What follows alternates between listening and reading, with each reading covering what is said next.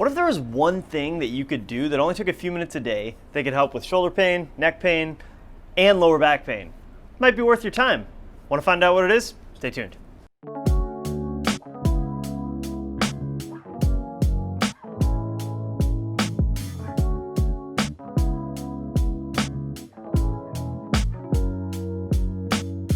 Welcome back to the Move Better Project. The aforementioned exercise that can help with neck, shoulder, and lower back pain is thoracic extension.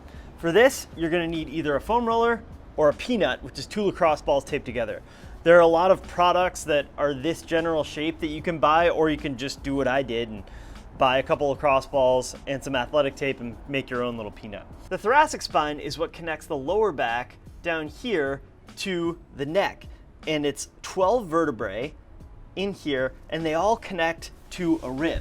So one way we can think about thoracic mobility or thoracic extension range of motion is your ability to extend the front of the rib cage. So most people, when they try to extend their body or move up, will generate that movement from the lower back.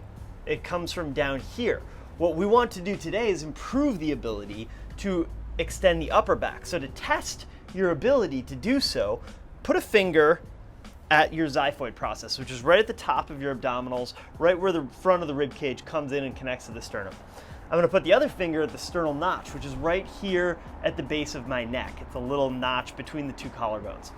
If I put one hand on each of those spots and I try to bring them together, that's thoracic flexion. If I try to separate them, that's thoracic extension. What you'll notice is it is pretty challenging to get those 2 hands to move farther apart. And when that thoracic spine gets locked into flexion, or what a physical therapist would call a kyphotic posture, what happens is we lose, our lung capacity goes down. So if you're an endurance athlete or somebody who just likes to play sports or be active, you're missing out on your ability to take a big full breath through a big open rib cage. Also, having a kyphotic or flexed thoracic spine that's stuck and unable to extend can affect your shoulder range of motion. So if I'm sitting up straight here with an extended thoracic spine, my shoulder has that much range of motion. If I get into a flex position, it can only go to about there. So certainly we can understand how this could be involved in shoulder pain.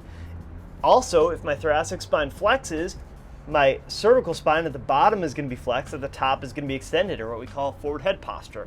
And then I can run into all kinds of upper cervical pain, tension headaches, and the like.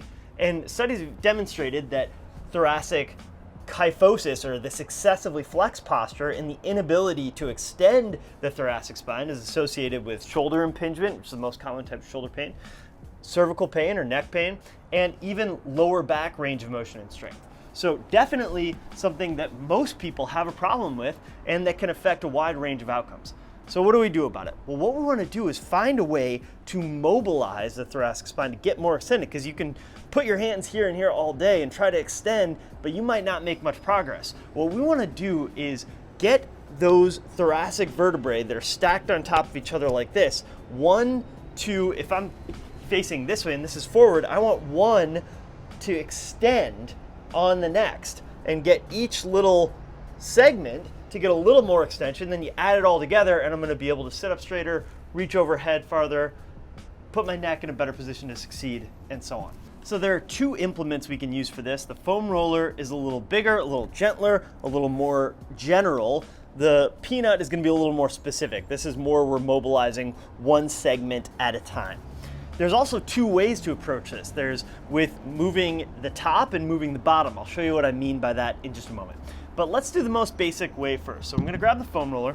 I'm going to set it here. I just want to find anywhere. I'm going to start at the bottom, but anywhere that's connected to a rib. So if I can feel ribs, that's the thoracic spine. So I'm going to start down here at the bottom for this, and I'm going to show you how to mobilize while moving everything above the foam roller. So the key with this, again, most people, when they try to extend, even when they're trying to extend their upper back, they're going to do something like this and extend the lower back. If my ribs and pelvis are moving farther apart, that's lumbar extension. If the front of my ribs are expanding, that's thoracic extension, which is what we're trying to do today. So I've got this on kind of my lower thoracic spine, And you can give yourself a hug for this. That's really bad for the microphone, so I'm just gonna do the old 1950s sit-up, put my hand behind my head, which also, if your neck muscles get tired, is an easy solution. I wanna make sure that my abs, my rectus abdominis down here is engaged so that my pelvis and my rib cage are not separating. But I want to create some extension up above. So I'm gonna stay tight here, and I'm just gonna try to let my shoulders sink back. And I can do a little bit at each segment. What you will find as you go up and down your thoracic spine is that some of these segments are gonna be really, really stiff, and that's where you wanna put your attention. So the foam roller is great in that it's a way to intro into this. And if this area is sensitive and painful, start with this. Start with maybe even a softer foam roller, or foam roller with a towel wrapped around it, something to make it easy for you. But once I'm able to tolerate this, and I can find, all right, I've got some sticky spots right in there that feels really stiff. It feels tight in the front. I'm unable to get much extension out of that. I'm going to switch to the peanut. And I just want to find that same spot that was a little stiff here. Whoop. Oh, a little too stiff maybe. So I'm finding that same spot that was a little stiff, and I'm just gonna very gently try to extend. And again, I'm not extending the lower back. Your lower back should stay down, almost in contact with the ground when you're working with the peanut, and I'm just gently opening up. So this is really effective for the lower and middle thoracic spine to move the body above, because there's plenty of mass here, so we're getting some leverage and creating a little bit of extension. As we get into the upper thoracic spine, however, I'm not able to intentionally create movement in these top segments. It's a little more challenging. There's a couple options to fix that. One is to just add a little load. This is a 10-pound kettlebell. I'm just gonna put my foam roller in place, and then I just wanna reach up overhead and just let that weight do some of the work for me, that external load.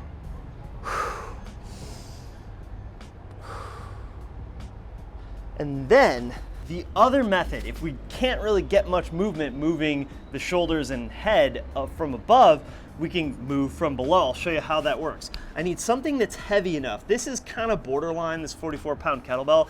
Ideally, it would be something heavier, but this just happens to be the heaviest weight I have at home.